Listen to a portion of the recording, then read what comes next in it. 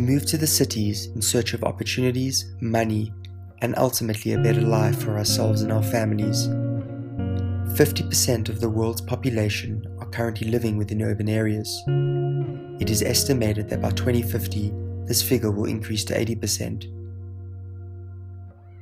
Owing to the rapid expansion of cities, development and land has become an increasingly high-profile issue. As a result of the major influx of people moving into urban areas, millions of people are forced to live within the informal housing sector of the urban environment.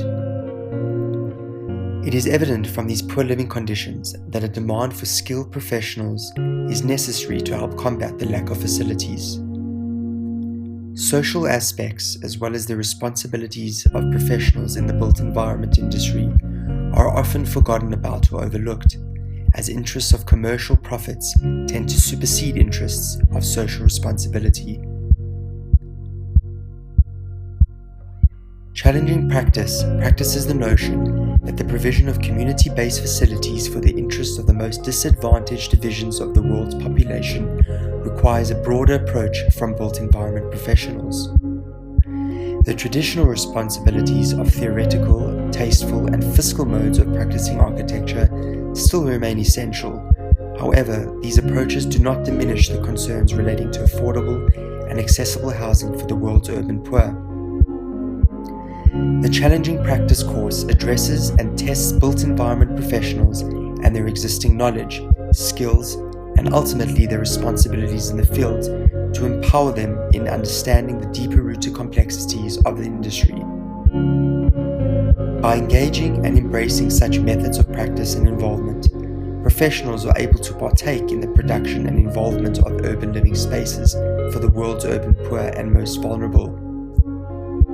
By utilizing skills learned throughout the course, built environment professionals are encouraged and trained to examine and understand theories of testing and engagement rather than attempting to provide specific answers or solutions to certain issues.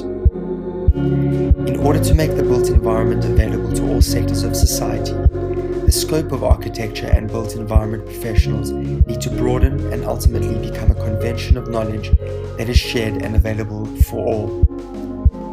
As aspiring future architects in today's society, there is not much that is intrinsically new in this technique of practicing, but rather a shift in the way we position ourselves in the world and practice our responsibility in the built environment. After having worked for 2 years before returning to complete my master's degree, I have become aware of the social responsibilities we carry as aspiring architects of the future. Encompassing the 3 pillars of sustainability into a design, public and community engagement are essential throughout the process of achieving a successful end product to meet the requirements and needs of the extended community.